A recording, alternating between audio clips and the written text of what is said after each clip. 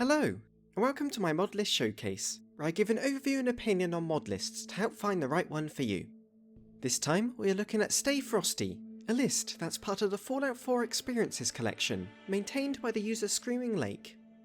The version I've been playing on is version 1.2.2, released on the 14th of January 2023, and I'm aware that there's a plan to update the list with more fixes and up-to-date features sometime in the future. So you can check on the Modlist Discord linked below for any changes and updates. Firstly, what is Stay Frosty? It's described as a list entirely based around Frost. I'll get into exactly what Frost is later, but it's basically a survival simulator with gameplay made to be incredibly difficult. So with this list, care has been given to ensure that the lore, balance and mechanics of Frost are all perfectly in sync with one another, meaning that if you're looking for a complete and comprehensive Frost experience right out of the box, this is it. And before getting into things, it's worth noting that Stay Frosty uses the Below Zero mod guide as a base. It basically takes that list and adds a few more additions. And you could give it a read to see which one you prefer, but note that this Below Zero guide is installed manually, whereas Stay Frosty is installed via an automatic installer.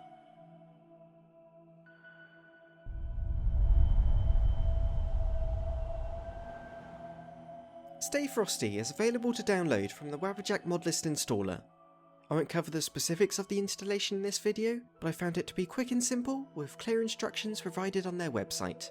And for further help with the download, you can follow along with my Wabberjack explanation guide video on my channel and linked below. In total, the download size is only about 13 GB, and once installed you do need to move a couple of files into your Fallout 4 directory. Then launch a new game, load in a mod configuration preset with a click of a button, and you're good to go.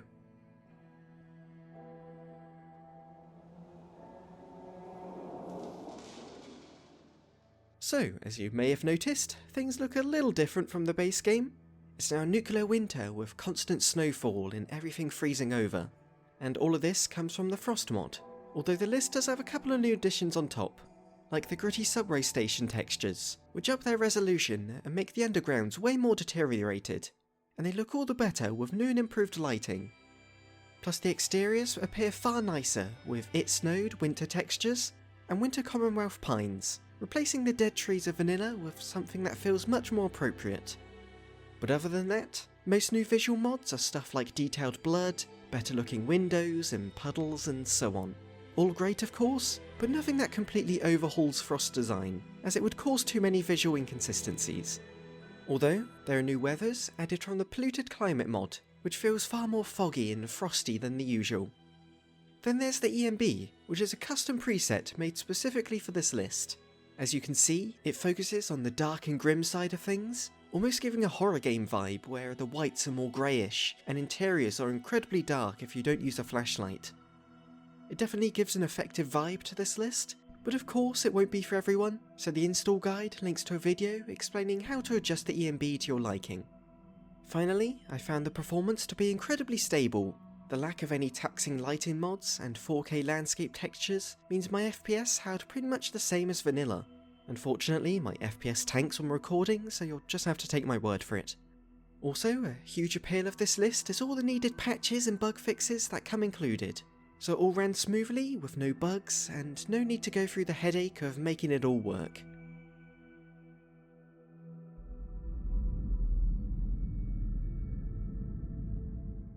So this isn't going to be some in-depth guide on Frost, because honestly it'll need its own video. Plus the mod has been covered by so many other people that you can find plenty of playthroughs and guides online. I'll just quickly summarise some key points.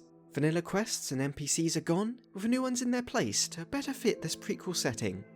Loot is unleveled, meaning early game you can find any gear you'd like, rather than seeing the pipe weapons over and over again. Ammo, meds and other useful items are very rare. Radiation is incredibly deadly without a gas mask. Useful workshop items require schematics to build. Perks are changed to fit the survival setting, and much more. Already this is a lot. And this list also has the Frost Official Updates mod, created by Red, which adds even more new items, new lore, new sanity system, and more survival tweaks like power armor being expensive to maintain, and so on. So yeah, there's just so much that it's worth taking a look at these two mod pages for info. Anyway, there's a couple of other mods which add flavouring on top, such as Campsite, which allows you to set up camps across the Winter Wonderland, and Bullet in the Chamber, which adds the ability to count the ammo in your magazine and swap firing modes. The rest are all smaller things like lootable cars, all serving the survival experience.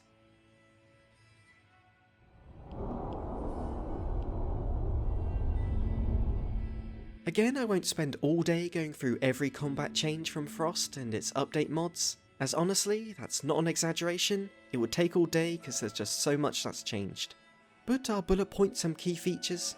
Most notably, damage is greatly increased for both you and the enemy, so just a few bullets will be enough to take you down. And an unleveled world means there's a rare chance of bumping into powerful NPCs right from the get-go.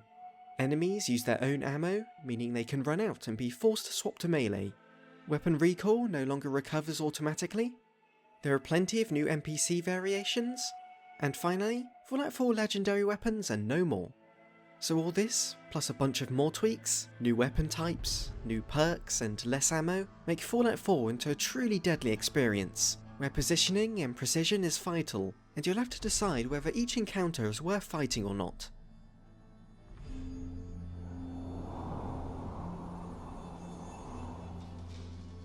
Frost introduces a plethora of new items like bandages, backpacks, chems, foods, and just a lot of appliances to help you survive. And with this list, there's a bunch of new high quality weapons fitting the survivalist aesthetic, such as hunting shotguns, MP5s, service rifles, grease guns, fire axes, and a bunch more. While some are modern weapons, none of them look out of place, like ones imported from Call of Duty and such. And there are some older weapons like the M1 Garand and Thompson, which honestly fit just as well as the rest, especially considering Fallout 4 already has some World War II inspired weapons like the submachine gun. Frost also includes new clothing and gear for NPCs, which looks way more appropriate for the climate.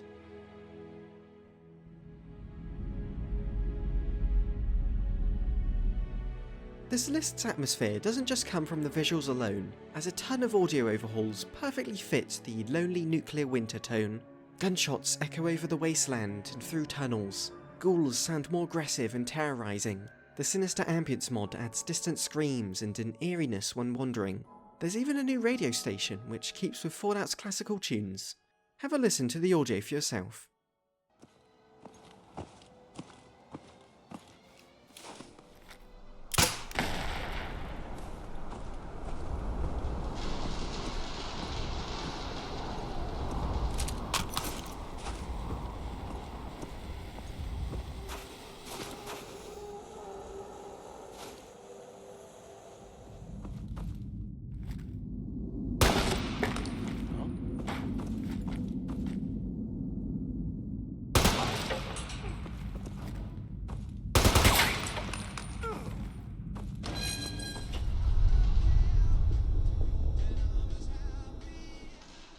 A key highlight of Frost is the giant subway system underground, which provides a great sense of risk-reward. Like yeah, it gets you out of the cold weather, but you never know what's around every corner. Plus the official updates mod adds a few new interiors and edits existing ones to better fit this prequel era. On top of that, the Hunkered Down mod edits some locations to look more lived in, while changing others to appear more abandoned, so like you'll no longer stumble across fire pits where there's no NPCs around to actually light them. And finally, Minutemen Watchtowers adds a number of abandoned watchtowers across the Commonwealth, providing great vantage points before venturing forward.